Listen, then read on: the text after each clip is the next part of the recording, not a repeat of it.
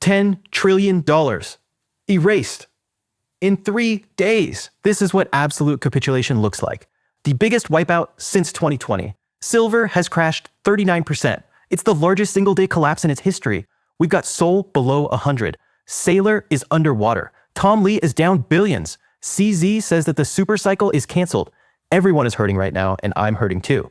Stay to the end of this video, and I'll show you why the fundamentals still matter and why I'm still convicted.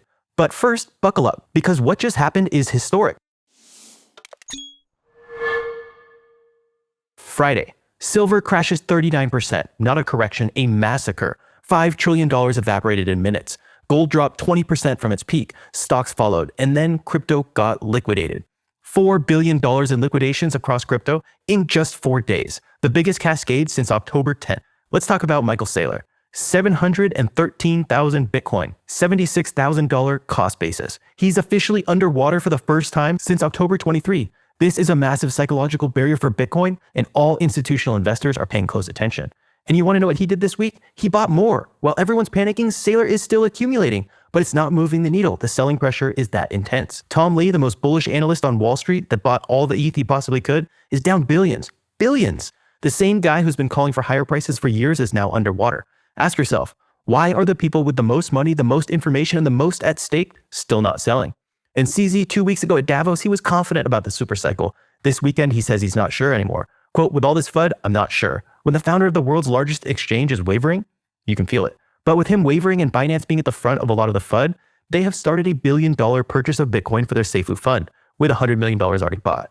Now, here's what's really getting to me. I open X and I feel like I'm being attacked. Every scroll is another bearish take, another low-end target. The same accounts that were calling for $200,000 Bitcoin and $1,000 Sol 2 months ago, they've all flipped. Now they're posting 45K Bitcoin targets and $50 Sol targets.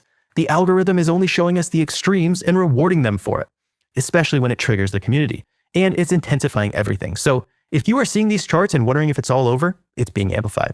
We're only seeing the extremes right now. $400,000 Bitcoin didn't happen. $1,000 Sol didn't happen. But guess what? 40K Bitcoin and $40 Sol probably won't happen either. The extremes rarely play out. The truth is usually somewhere in the middle. And right now the algorithm doesn't want you to see the middle. Let's talk about Warsh. Kevin Warsh gets nominated for the Fed chair and everyone panics. On the surface, it looks bad. He's known for wanting a smaller Fed balance sheet.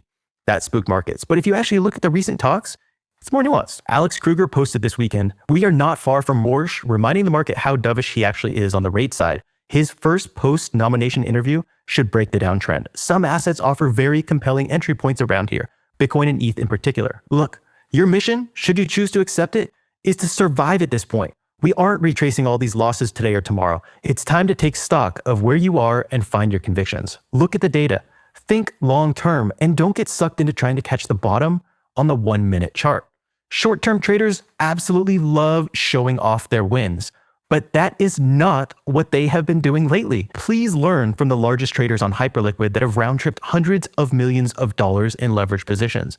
Leverage is a trap that is easy to avoid. I'm going to tell you something personal here. Last week, we interviewed Matt Hougan from Bitwise on The Big Picture. I walked out of that conversation absolutely euphoric. He was talking about a 5 to 10 year horizon and just how bullish the fundamentals are. So the $1 trillion market cap is just thinking about the scale that's coming, looking at the market cap of existing financial institutions, sort of reducing that a little bit for efficiency, but then growing it because I think the scale of financial activity will, 5 to 10x as it gets more efficient. And you just end up with very, very large numbers. $1 trillion market cap for Sol, fundamentals outpacing price action. And then the prices dumped 20%. But here's the thing. If you're looking at this from an investment perspective, not a trading perspective, everything he said holds true. The fundamentals have only been getting stronger. Those didn't change. The price is what changed. Let's talk about Solana specifically. Sol below 100 hertz. I'm in it with you. But look at the fundamentals. The network processed 33 billion non-vote transactions last year. That's real usage, real user activity. Applications on Solana generated $2.4 billion in revenue in 2025. The network itself did $1.4 billion. And active addresses are still at 3.8 million. DEX volume hit $1.5 trillion. The chain is performing extremely well right now, with tons of massive improvements like Alpenglow coming this year. The roadmap isn't stopping because price went down, and revenue continues to outpace all of the chains. While everyone's doom scrolling, the builders are building. Totally tweeted, time to build this weekend. You know why? Because this is when the tourists leave. This is when the real ones stay. The question isn't whether Solana can scale. That's been proven. The question is whether you have the conviction to hold through the noise. Solana has always been a bet on crypto adoption, and we have seen unprecedented levels of adoption with incredible potential. Here's the uncomfortable truth. The hardest times to buy have always been the most profitable. When FTX went under and Sol hit $8, the Solana community that stuck around made massive multiples on whatever purchases they made. March 2020, everyone said crypto was dead at 10x. June 2022, everyone said it was over. We hit all-time highs. Right now, everyone is saying it's over again. The extremes don't play out, but the opportunities do. And here's the thing nobody's talking about yet. The Kobesi letter posted this weekend that markets are already starting to come back. The capitulation may be historic, but so is the bounce potential. Now, we're not out of the woods, but the selling pressure that caused this is exhausting itself. I'm not sure if this is going to translate to crypto, but increased liquidity and a bounce in metals will not hurt. $10 trillion got wiped and the sun still came up. The Solana network is still processing over 4,300 transactions per second in volatile times. 33 billion of them last year. The revenue's real, the users are real, the builders are still building. Your mission is to survive. Find your convictions. Think long term. If there's one thing I've learned through over 9 years in the crypto space, it is that when sentiment is this bad and the charts look this ugly, that it is historically where the greatest opportunities are born. Are we at the peak of bottom? Who knows? But for long-term believers, this is an incredibly attractive area to stack.